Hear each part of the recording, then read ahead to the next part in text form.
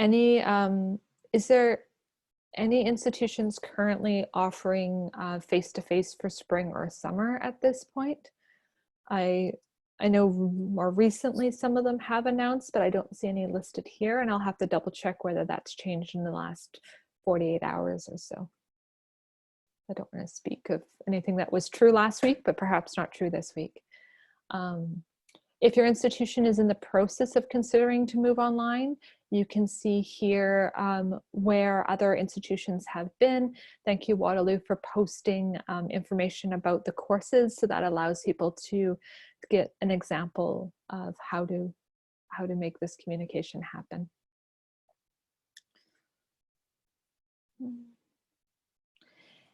In terms of how education developers are preparing for this, I know many of the sites that I've seen and have been shared have been created by education developers and teaching centers and their collaborating units to provide resources and examples for faculty moving online. Many have been doing online office hours and drop-ins and supports, and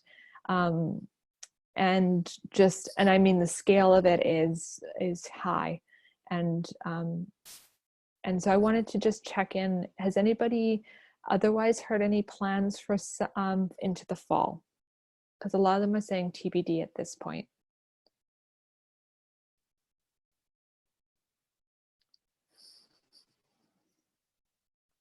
A couple things that came up earlier about the fall included questions around things like admissions, particularly for students in high school not able to complete, other things like that as well.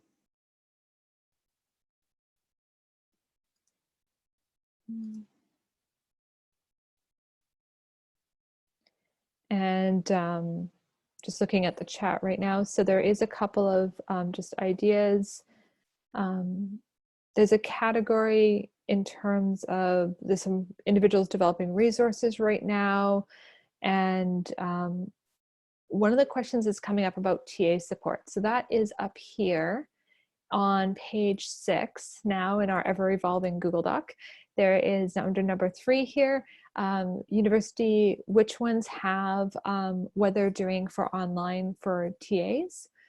So considering what are some of the supports being provided to teaching assistants here, and how are they involved? So are your teaching assistants, I know OCAD announced anyone who was on contract or casual would be paid according to what was expected. What are TAs involved in? How is this working? So we'll just situate ourselves on page 6 at this point.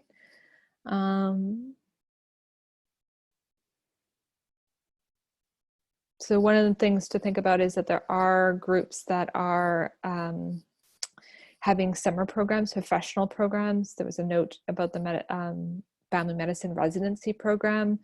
I know also that practicums and experiential learning are shifting. If you're interested in experiential learning, that is this section here on, scrolling up on section 2, we have information about confidential documents, practicums and internships, labs are up in there. And if you have other comments on EL, that's also right there. So if you are not particularly working on TA stuff and you want to comment on experiential learning, please go to this section on page 5 for experiential learning. And that provides information there as well. Another good question that's come up in the chat, or a good share, is around how to change the work that education developers do. So oftentimes we offer things like ISW, both Mandy, who's in the chat, and myself. Mandy's particularly skilled as one of those ones who train the facilitators. And how do we do things like ISWs? How do we do course redesign workshops when we'll be working from online, as well as those who are learning or teaching are also going to be online? So thinking about what are some of those processes so far. And one of the things that came up in an earlier Zoom call I was in this morning was a reminder that people are at different stages. So for some of us on the call, we're just scrambling and running, trying to keep up. Whereas for others, they actually are in a position where they have downtime or different things. So the question this morning was, do we still advertise workshops, or do we still, like online virtual workshops now, of course, but do we still do that? You have to remember that not everybody is where you are or where Mhm. you're heading to. So there's a real variance across our populations. And so that's where recognizing that, you know, you're not going to start doing some things, but you may want to do things for other people. Yeah. And we're just figuring out the recording because we think there was a glitch, but just the Google Docs is going to be available post, as well as the chat. We curate the chat because we love all the comments there, but we curate it a little bit so that it does become public afterwards as well. So for those who are, Sorry. And if you they get have access. yeah, if you get dizzy when you're scrolling, then we can. My apologies.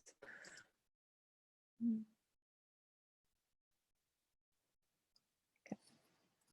All right. So just from an overview, we did an overview of who is in the room. And I just want to just return to the findings from that. We did have about 74% who have moved most classes remote online right now. About 22% have started remote.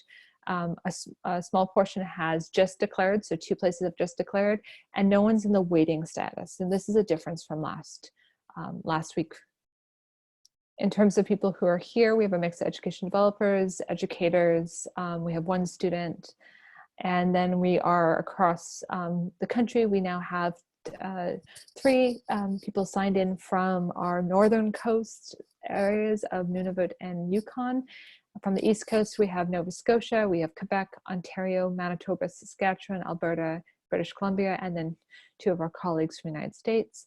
In terms of the wheel of emotion and all the emotions we're feeling, there's a huge mix of things, including particularly anticipation is where many are at, as Denise noted. Different depending on when the news hit on which campus you're on, you may be at a different stage of gearing up, as well as a different stage in terms of emotional at this point.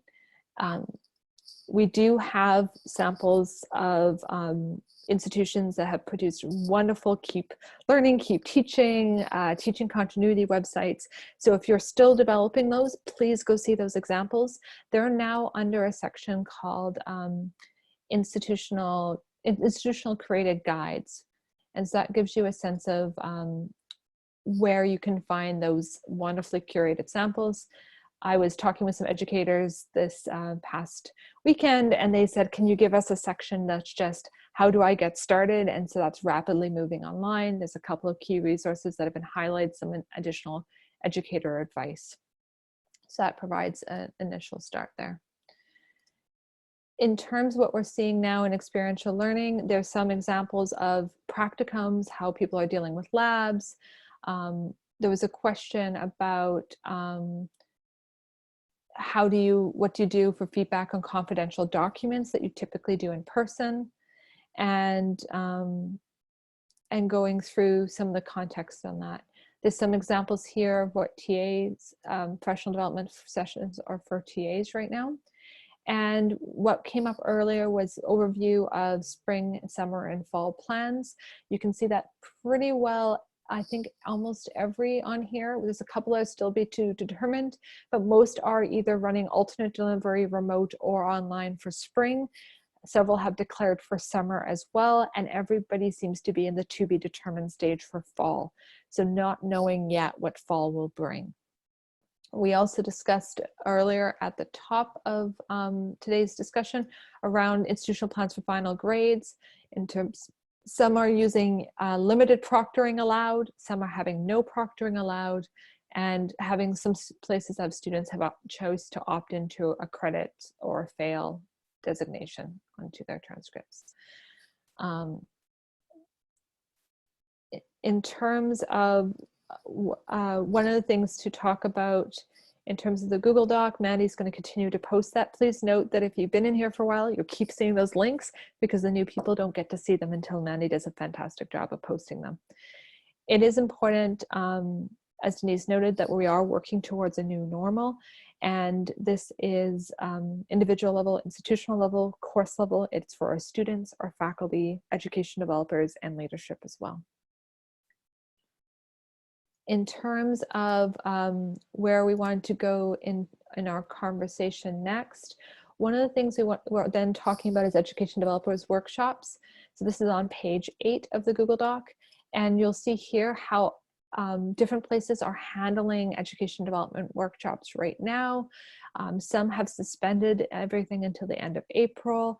Others have canceled, kind of moving things online or just switching up their programming that they had on hold. So knowing kind of where that's at. So please continue to put information in here. My task after we meet is I get curated and it goes into keepteaching.ca. What I sometimes do is just kind of indicate that multiple institutions are doing this, and then I put the links if they have them. So if you do have any sample announcements or any public facing resources, please put those into the chat. One of the things that's come up as a question is, how do you support students for studying online for the first time? There's a link there from Western, so thank you, Western, for sharing that. Our students, as much as sometimes people think that they do everything online, they are often choosing to be in our classrooms because they don't want to take online courses. And so many of our students that are going online for the first time in their entire student careers are going online with us right now as we move all the courses online. Also recognizing not every student has a good internet connection. Both the practicum students I work at actually have part-time jobs doing things that are classified as emergency services right now. So they are working and they're actually pulling in overtime on their working because of the teams they're on. In terms of like, and so we do have students across the country that have this additional requirement going on. So consider what's going on with your students. Some may be at home, but some may be pulled into emergency contexts as well. And but I just know that from about a dozen different people I'm working with, that some of those students are being pulled in, particularly those who are working in healthcare. So being aware of individuals who their students may actually be doing more work right now than typical in addition to everything. The other one that's come up is how the technology. We talked last time about the fact that there's limited internet access. This continues to be something. We'll highlight on the keepteaching.ca. One of the sections here is on equity and access, including teaching with limited internet access. And I'm giving a shout out to some resources there, including one developed by Ryerson University on assisting students with limited access to technology. So it's a very specific targeted focus. And there are also additional examples that are available. So if that's a particular question, there are existing resources. And if there are more resources, please indicate them here where we say do not have good internet access, and I will make sure to curate them back into the keepteaching.ca.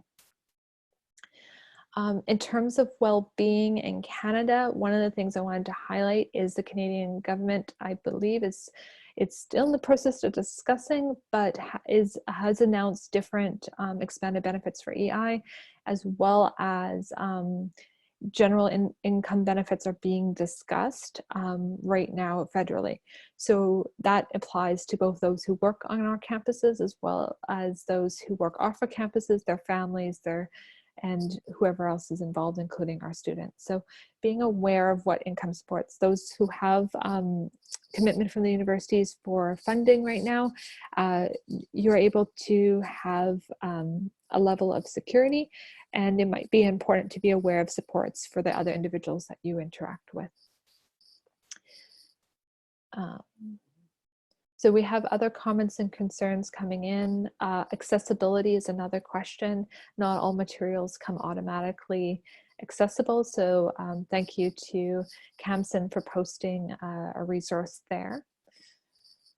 What other questions and concerns are emerging for people at this point?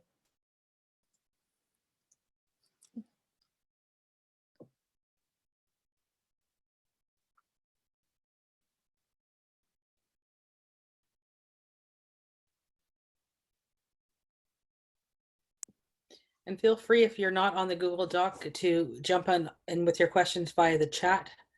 Or if you are on the phone and calling in, you can also unmute. unmute yourself and contribute.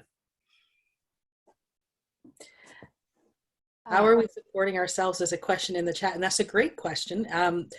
We have a wellness section with our keepteaching.ca website, but as well, next week we will have a session dedicated just to that, to wellness, on our next webinar.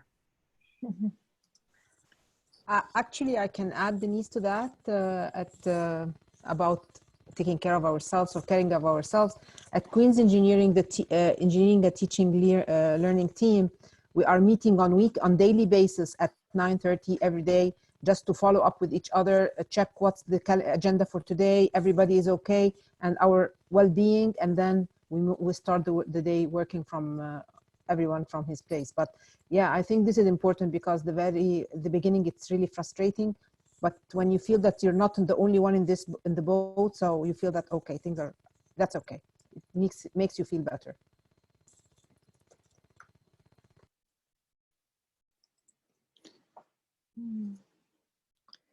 Yeah, I think one of the things that we noted when we started the website for keepteaching.ca is that we would be moving into questions of wellness. What you will see in here is under well-being, there are some broad resources. There's some resources for individuals moving their courses online rapidly in terms of well-being, and well-being of those supporting others, tips for working with home, and emerging topics on well-being. So we recognize, as we saw in our results, that exhaustion, anxious, overloaded, overwhelmed, uncertainty, optimism, apprehension, anticipation, distraction, all of this is part of our experiences right now. Fear, surprise, sadness, trust, joy. It is the whole range of human emotions right now. We know from Bridges and Bridges Managing Transition that first there is the letting go, and that's the anger and the concern and the fear.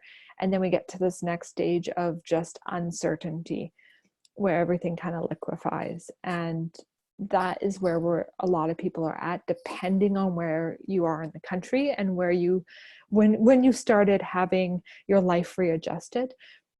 For those who've had their life readjusted for about 2 weeks now, many of them are entering into the new normal stage, the third stage for Bridges and Bridges, but the new beginnings. But for many people just starting this journey, or a couple of days in, or having multiple areas of their life disrupted, being in the second stage of Bridges and Bridges in terms of that uncertainty is very much where things are right now. Humor is very much a great way connecting with people, having conversations. The team meetings are an important piece as well. So if you look, one of the things when we did the well-being for educators, there's advice there, including please do a bad job putting your courses online, which is a fabulous article if you haven't seen it. It's by Rebecca Barrett Fox. And then there's 2 things on human. One is a thread, and one is I Will Survive, which is a fabulous readaptation of a song for teachers going online. So if you have interest in those, there's some humor there as well. In terms of where I wanted to just also speak to, so we've now populated so much of this Google Doc that I really appreciate from everybody, is I wanted to just kind of return to exams online and finding out how people are shifting it. So are they shifting syllabus and assessments ratings? Like, who can make changes? And then there's a question around also here around balancing academic integrity, universal design for learning, and what is feasible. So if you have any suggestions on resources or available pieces, I see the Taylor Institute at the University of Calgary has an academic integrity for online learning link. So I appreciate that. And also for students, they have one as well. So please post any sample resources you have around academic integrity. That would be wonderful there.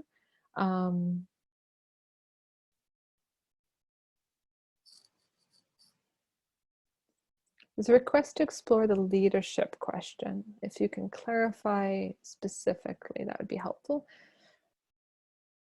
So since there's so much interest, Carolyn, I think that we should have that as a webinar topic, maybe in a couple weeks. because it looks like there's a lot of interest, and I think that would be something that merits its own hour, looking at leadership and what we've appreciated and what we haven't, because it goes both ways. Okay. So I'm just sorry for the massive amount of scrolling on the screen. I'm just going to note in terms of other topics or questions, I'm going to just note here senior leaders discussion. And I would actually not even have it just senior leadership, because a lot of our frontline teams are being leaders in and of themselves. And so I wouldn't want it to limit it to our senior leaders. I would just say leadership as a topic, and defining it in that way, because I look at all of you on this call. Obviously, you have had to have leadership in your own institutions or home place or workplace in order to have made this a priority. Thank you for the wording, Luciano, around educational leadership, both formal and informal on this. One of the things to note is that thinking about balance in terms of the number of meetings has come up in the conversation chat. So the idea around recognizing that as somebody who is at home without any children and a pug that sleeps through a good chunk of the day, I can go to a different number of meetings than some of my colleagues or friends can, who have 3 children who are under the age of like 5 or 6. And so that becomes a very different context for individuals. So being aware of what will work for them, setting up meetings that says, if you miss this meeting, how else can you get this information? Thinking about how people need check-ins. I've also been told, as a great extrovert that I am, that not everything needs to be a meeting by the wonderful introverts that I know. And so considering the balance between different needs and different pacings. One of the questions that came up, and I appreciate in terms of well-being, is income supports. But one of the questions that I wanted to just move up to is things around contract staff announcements. And I would put in here also sessionals. I meant that in the contract staff. And I noticed there's some stuff in the chat about this. Is a question around, has there been any announcements made? Has there been any announcements around sessionals made, particularly as we're talking about moving everything online in the spring and summer? And so how do we have questions about individuals who would normally be teaching? And some of the questions around that. If there's been any public announcements, particularly that can serve as samples for the community, please share those as well.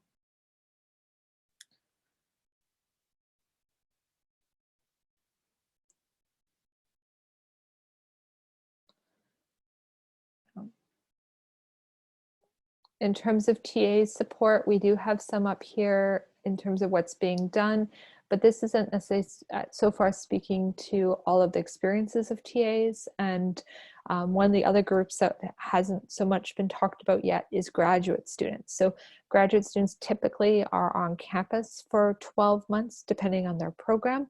So and some of the supports for graduate students as well.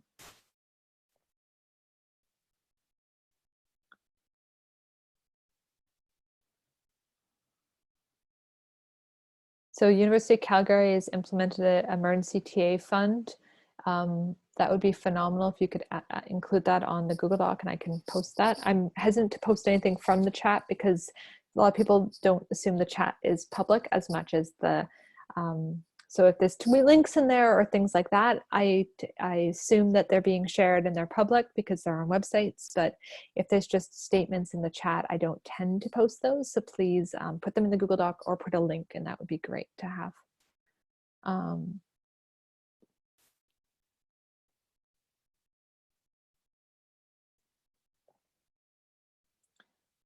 If you are discussing general ways of communicating, please add them to our chat from last week, where we do talk here about different forms of communication. Just highlight, using the highlighting tool, anything that you add, and I'll just be able to integrate that into the overall webinar as we go. in terms of change approach right now, I'm actually in 2 weeks from now involved in co-facilitating a session locally for Leadership Saskatoon around change, because they've moved it online. And a lot of the change models that we train in, some of them apply really easily to rapid change, and some are a little bit more about pre-planned change. So thinking through some of the approaches to change that people are taking when we do the leadership might be appropriate there as well. There are some questions of additional pay discussions with sessionals being expected to take online or more difficult work than their original contracts. There is commitment from some institutions I've seen or heard of that are committing to a certain time window of pay as expected. And then there's some that are varying as well.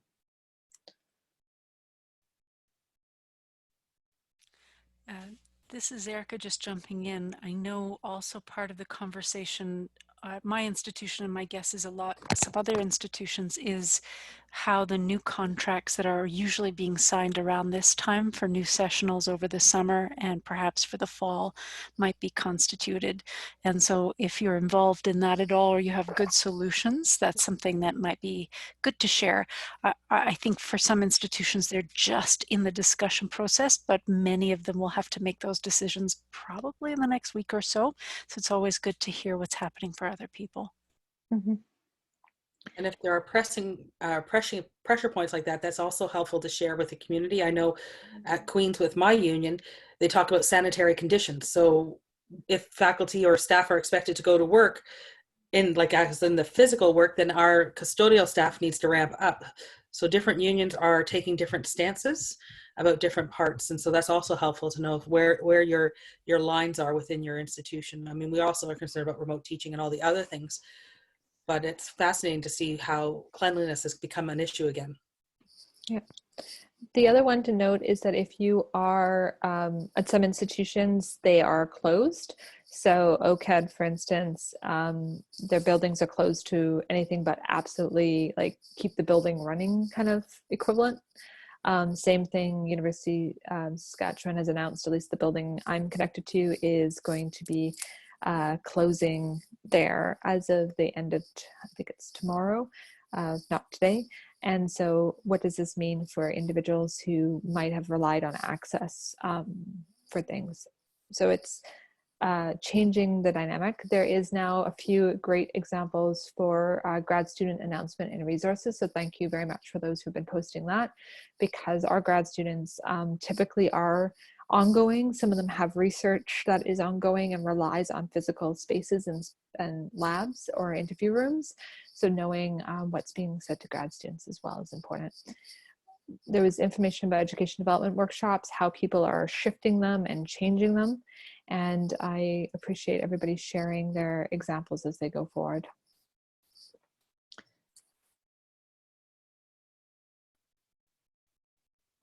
Denise had a great reminder to bring home everything from your workspace that you regularly use.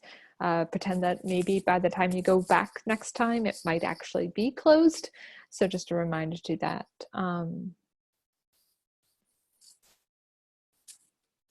Yeah. Yeah, basically my approach is to everybody's always bring everything home that you may love. If you have a shared fridge, bring home everything from the fridge or throw it out in a garbage that people empty. Little things like that that you don't think of on a daily basis, but nobody wants to come home or home as in back to work and look in that fridge. So it's not just about the teaching and the learning, it's also taking care of your environment. So one of the things I almost forgot was to empty the coffee maker. So, because it's nothing very pleasant about that after a long time sitting in the heat. Mm-hmm. So is this, did you already have a bit of a conversation about some of the other well-being supports that people are sharing, both for ourselves and perhaps for our students? A little bit of it. We did kind of highlight, the importance of it. We talked through about the emotions, and then we did talk through some of the resources that are curated here. But any other suggestions for well-being and wellness resources would be excellent. One of the other things that is coming up is to what are emerging topics. And I'm just going to make a note here about emerging topics. And one of the emerging topics that has come up is around around leadership discussion, so a leadership discussion. We know wellness, we're getting on April 2nd. I am absolutely thankful to my colleagues, Claudiana Colomitro and Tasha Kenny, and I know their colleague who won't be presenting with them but is involved in the work of Suzanne, who are going to be leading a session on wellness and well-being for everyone on April 2nd, and that's off the keepteaching.ca website. But in terms of emerging topics, to know if there is interest in a session next week that is open on these emerging topics, what would those topics be and what would we want to focus on? And I'm hearing leadership discussions, particularly some of these decisions around contracts, things like that, and the fall are two areas that that have come up as potential topics.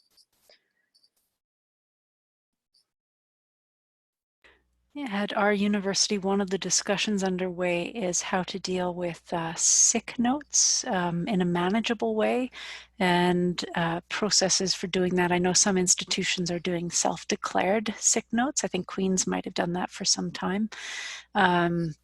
And also sort of the logistics of doing it while this COVID virus is ongoing, but also how to manage the larger numbers of accommodation requires as a result of sick notes that might come in. And so that might tie into one of the discussions that came earlier about pass, fail, or voluntary withdrawal right up until after your final exam grades are in. So that one of the ways some institutions are dealing with that is thinking through an extension of the voluntary withdrawal until after final exams or even after final marks are posted.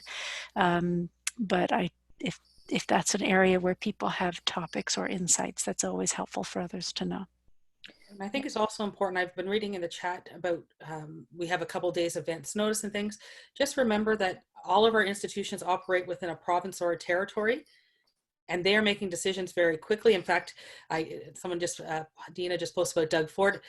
So even though you may think you have 5 days or 2 days or a day, always go home thinking you will not get back into the office. So if somebody mentioned plants, bring them home tonight if you're there, because if the government decides that things are done, it doesn't matter what the institution decides. So always be prepared. And so a lot of these things will become mute issues if you don't have what you need.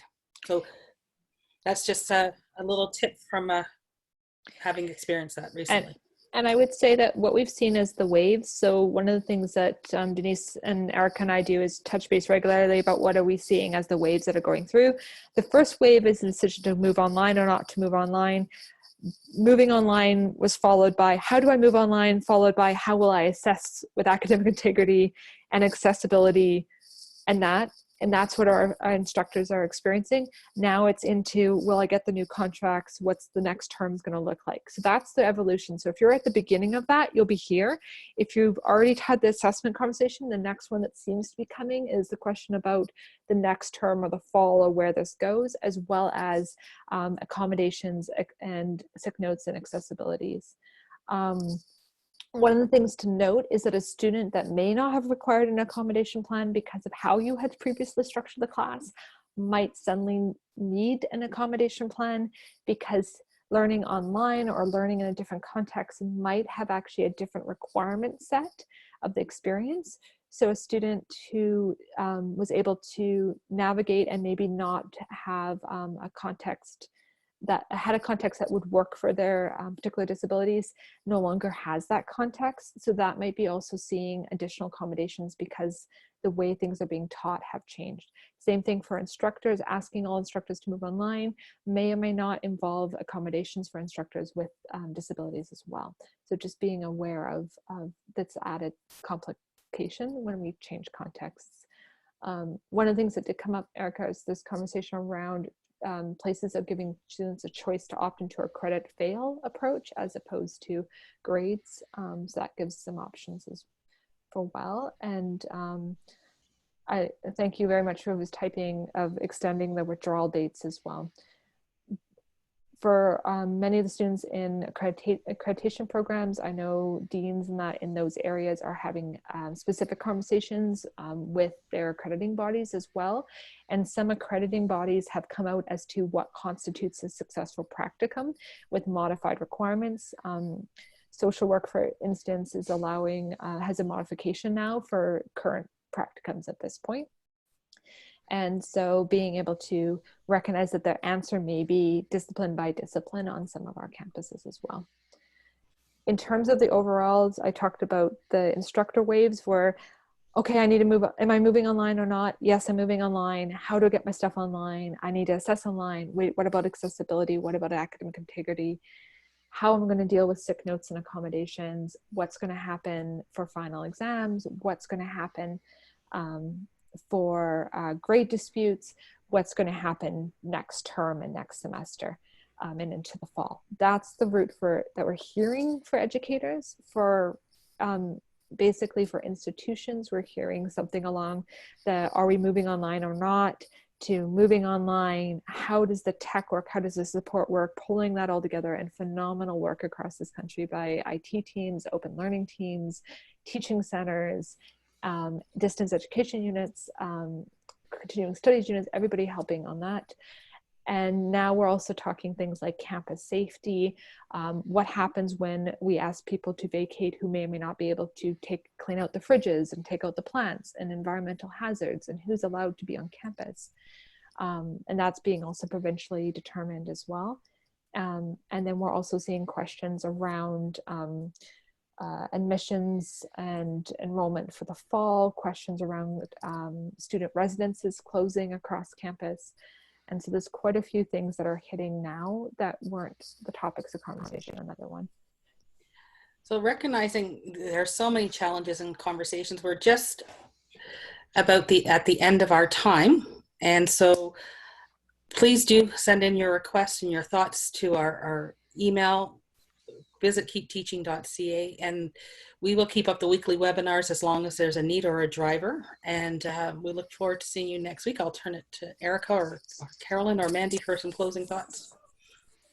So from Erica, I just wanted to say thank you very much, everyone, for joining us. And we had well over 100 people connecting in over this hour. So it's phenomenal. And just to see the Google Doc growing in front of our eyes. Thank you, everyone.